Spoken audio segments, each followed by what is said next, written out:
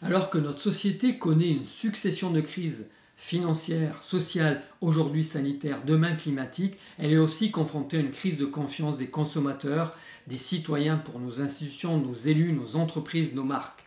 La fonction de communication ne pouvait pas rester à l'écart de tous ces enjeux. Son rôle est de venir accompagner les grandes transformations de la société. À l'instar de la RSE, la responsabilité sociétale des entreprises, qui s'invite dans toutes les étapes de la chaîne de valeur, la communication se devait elle aussi de devenir responsable. Tous les professionnels en sont convaincus depuis longtemps, mais le passage à l'acte a tardé. Ce mouvement a été lancé en 2008 par des pionniers, comme nous en France, qui ont compris que la communication se devait d'être plus sincère, plus sobre, pour éviter tous les risques de greenwashing, toutes les externalités négatives, tant par des messages invitant à une surconsommation que par l'impact même de ces actions. Sa finalité étant, de mon point de vue, de servir la transition sociétale qui est en cours. Alors, c'est quoi une communication responsable ?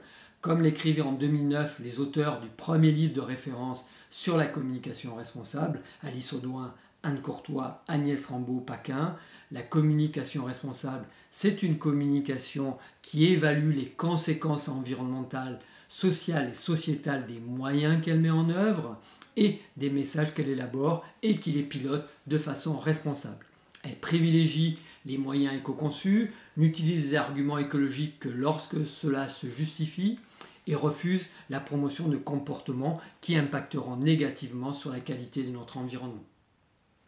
La communication responsable ne fait pas de la responsabilité un simple thème de communication, c'est une communication capable de prendre ses responsabilités dans un contexte de transition écologique. C'est le sens même de l'ouvrage publié par l'ADEME en 2020 et qui vient donner un nouveau souffle à la communication responsable pour tous les professionnels de la communication et du marketing.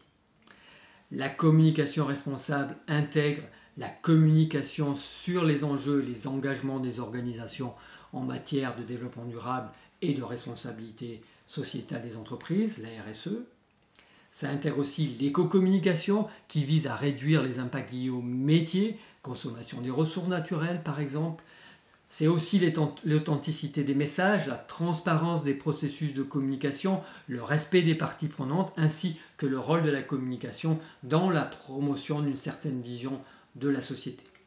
Peu d'ouvrages ont été publiés sur le sujet en 12 ans. Ils se comptent sur les doigts d'une main, je dis bien sur une main. Avec l'ouvrage de l'ADEME, nous avons enfin un guide qui traite tous les sujets de la communication responsable, y compris la question du digital, et qui donne tous les leviers nécessaires pour l'action.